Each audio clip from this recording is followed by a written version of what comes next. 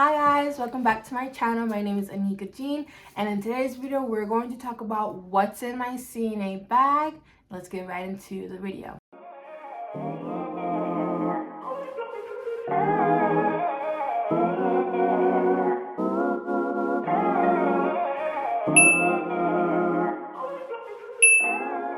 Okay, so I have my CNA bag here with me. It's just my basic backpack. I just got a basic backpack with 2 zippers in it. I got it from the dollar store. I'm not one of those people who feel like, I love school shopping. I love, like, when it comes to school and stuff like that, I love spending money and stuff like that. But there really isn't no reason to if you already have you can just get a cheap, affordable bag from the dollar store, and that's basically what I did, or from Walmart, because the class is not even that long, and there's no point to spend so much money on a program that's only like for like a month and a half. So before I get started on what's exactly in my bag, I just want to go over like what is kind of to be expected, like grooming wise, for your CNA course. So for my course, it was only a month and a half. I actually went to an actual college. I went to LTC. I'm already done with my program. I graduated my program September 24th, 2021, so not too long ago. But yeah, so I am actually not a CNA, which I'll make a whole separate video as to why I decided not to go be a CNA, why I have not decided to take the test yet. So currently now, the program that I went for was to be a long-term care nurse aide. So that's what I am. I have my certification. I'm waiting to get my certification diploma once fall semester is over with. But that's what I am. So every day in the morning before class, you have to wear your proper attire. So for class, you have to wear scrubs every day. I seen some people on YouTube, they had like white scrubs or black scrubs. For some reason, they wanted to give us teal. They really wanted us to stand out. This is that. It says my school's name on it.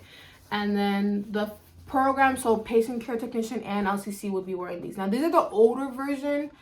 This is why it has both the PCT and CNA. I'm not sure what colors they're wearing this year, well, the next semester. But this is the ones that we have. So we had to wear this every single day. And they're really strict when it comes to the training. So when you're wearing this, you got to make sure you got a correct size. Make sure this is not too tight. You can't have any cleavage showing. Your pants, legs can't be too long to the point that they're dragging on the floor, because it could be hazardous and you can like trip and stuff like that. So you had to wear this every day. If you had like any tattoos, you had to cover it up. I did wear a long sleeve shirt, well, a turtleneck shirt, because of my cleavage. But yeah, that's the reason why. There was a girl in my class who had tattoos. She had to wear the long sleeve, and it was hot, guys. She had to wear the long sleeve because she had to cover up her tattoos. In class, we had to wear our IDs. I have my program IDs right here. My student one, I'm not going to flip it over because it has my full name. Well, you guys know my full name, but you have to wear this because we're on campus and it's a pandemic. They're not sure, they're making sure people who are supposed to be there are supposed to be there. So you had to wear this. And also, because we went to clinicals, you need to have this to show proof of identification, exactly who you are, and that you are here for the CNA program. Along with that, you had to make sure that your hair was tied up either in a ponytail or a bun, but just like out of the way. You couldn't wear hoop earrings. You could only wear like stud earrings, just in case, the residents pulled on them. You don't want that to happen. You couldn't have long nails or acrylic nails. So it has to be short. If you did wear nail polish, it could only be clear. You could wear rings. It could only be like this, but it couldn't be like the star, the diamond with the spikes on it. You had to take that off. You could not wear that to class because it could rip into your glove and you can get pathogens and germs and stuff. You had to wear a watch every single day. Before, I had a Casio watch just like this. I love Casio watches. Had this one, but then I lost it, so I had to bring my Apple Watch. I don't recommend wearing an Apple Watch because, one, your instructor might not accept it. She did not want us to wear an Apple Watch, but for some reason she let me slide with it. I never lost any points, which is very important, which is why I'm telling you, because you have to wear this stuff every day. You have to be in proper attire every day you come to class, just like you would at work. So you had to wear a watch. Yeah. Next is, that's pretty much it. Just have your watch, your clothes, your hair, everything tied up. That's pretty much it. And you had to be like that every single day for class, because they will mark you down and you don't want to lose points and you don't want to fail your class because you don't have your proper attire with you. So here is my bag. I'm just gonna go in and start showing you guys what I have. Before the class, well, our program kind of paid for it. They gave us some things that we needed for class. So these are probes. These are the things that you would have to put, you know, on the thermostat thingy when you're doing, let's say, rectal. Well, we didn't actually do rectal. Let's say you're doing oral or axillary. We did have one for tympanic, but they had their own individual covers that they provided. And then if you did rectal, then you used this with the red probe. But it came like this. They gave us that. They gave us a fake toothbrush, which I don't have anymore because I used that during my practice for my skills. And they also gave us like alcohol swabs to like clean down everything because of COVID and sanitation and stuff like that. One thing you will need is a gait belt. I bought this off of Amazon. It could be any color. I got this color because I didn't want anyone else to have the same color as me, but you need a gait belt. And your program, you need a gait belt. At your clinical, you need a gait belt. When you get your actual job, you will need to bring a gait belt. They recommend to have two just in case, you know, feces or emesis or whatever gets on it. So have another one in your pocket. So that's all I have there. The next thing I have is my class book. I recommend getting the actual book. Don't get the digital one. I was going to, but again, your professor, instructor might say they want the digital one. I mean, they want the actual book. And you don't want to be the only student who does not have their book. And again, that would deduct points. I recommend getting the book because you can actually see it physically. And it just feels more engaging than always having your technology in your hands. But this is the book. You're going to read this whole book in class, guys, or at home. You're going to read the whole book. This whole pages right here, all my sticky notes, you're going to read all of it. I rented this book off of Amazon, but I think I'm going to keep her because it has a lot of information that you can use overall, not just for long-term care, but or caregiver. But I'm going to keep this book because it has so much information on it. Next in here, I have my goggles. Now, the goggles is what you'll use, let's say in the COVID area, your nursing home or wherever your facility might have like a COVID area. So you're gonna have to wear your PPE, and this is one of them. Now, for us, we didn't have a COVID area at my facility. So, like, sometimes people did wear this just in case someone tries to spit food at them or, you know, something might happen. But I never had to wear these. You can get these at the dollar store or off Amazon or like warehouse stores.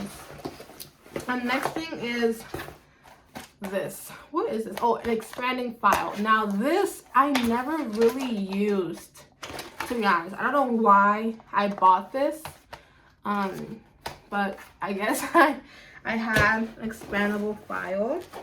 And then the next thing, well, yeah, I have a couple of my alcohol pads.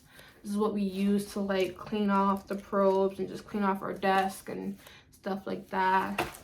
That's the last thing in the bag. But my last thing is my binder. At first I hated binders, but you want to get a binder because everything in here is filled with all the stuff that I needed for my program. In the front, I made my whole schedule. So the whole month, I started school August 19 and we finished all the way to the 24th of September. But this is what my schedule looked like. I kind of wanted it to be posted on my binder so I can see like everything that's going on. So from work, from when assignments are due, from quizzes, from tests, from clinicals, from when I have to practice my skills, everything. So see here, I had to do a BBP and HIPPA, which is HIPAA. Test. I had to bring my gait belt. Here you can see I had to practice my skills. This day was a condom catheter quiz. This day was postmortem care. This day was postmortem care again, practicing skills. And these 4 days I had my clinical. So I just did the schedule like this so I can see it overall. I recommend you guys to do that as well. And this is the overview of my binder. You guys can see. Here I have all my TATs. Your TATs are basically your skills. I think there are a total of 52 skills you have to learn. Now, when you do the exam, your prometric skill exam, there's going to be a total of 5 skills, I think. And 2 of them are hand washing and what is it called? Indirect care. Meaning like if you're how you're talking and communicating with them, and the rest of them are just other skills. And out of those 52 skills, you're going to have to, out of those 3, which is randomly chosen, is what they're going to make you do your skills on. In here, I just had my basic pencil, pen, chapstick, tape, because whenever I write with my pen, it pushes and dents in my finger and it hurts really bad, so I have that. Oh, here's the fake toothbrush I had to use when you did your denture care. Here is my notebook, my long-term care notebook. And guys, you don't need a 5-star notebook unless you have other classes. You can just buy a basic notebook and you're gonna use the whole thing. Like, here's all my paperwork, my notes from my book. Like, here's chapter 1. This is type of healthcare organizations. Like, you're gonna use every single page in this book. I think there's a total of 32 chapters. Yeah, 32 chapters. You're gonna use everything in this book, so you don't need to get a big size. You don't need a 5-star unless you really want to. But that's just my binder. I have my folder in here that mainly holds, let me check, see, sorry, it's a lot. Let's open it, come on now. Yeah, so here's like my vital signs sheet here. Vital signs does vary. Like, if you're in a long-term care, they might say, okay, respiratory is 14 or 20, but in hospital, they might say 12 to 20. So depending on your field, like if you're working in a hospital, do what the hospital says, but if you're in your long-term care, do it how it says there.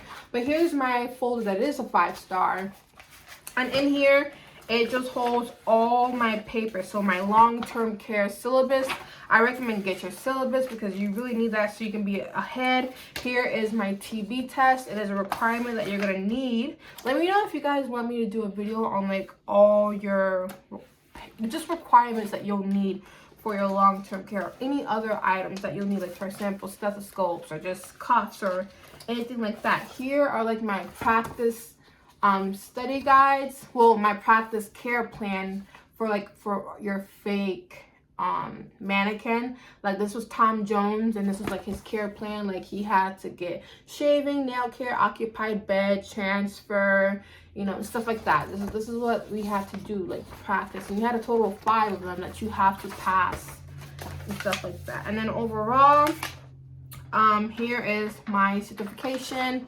from my school. I'm not going to show you all of it because it has like my actual parametric info. But here it is. I'm not going to show it all the way because it has my full government name on it.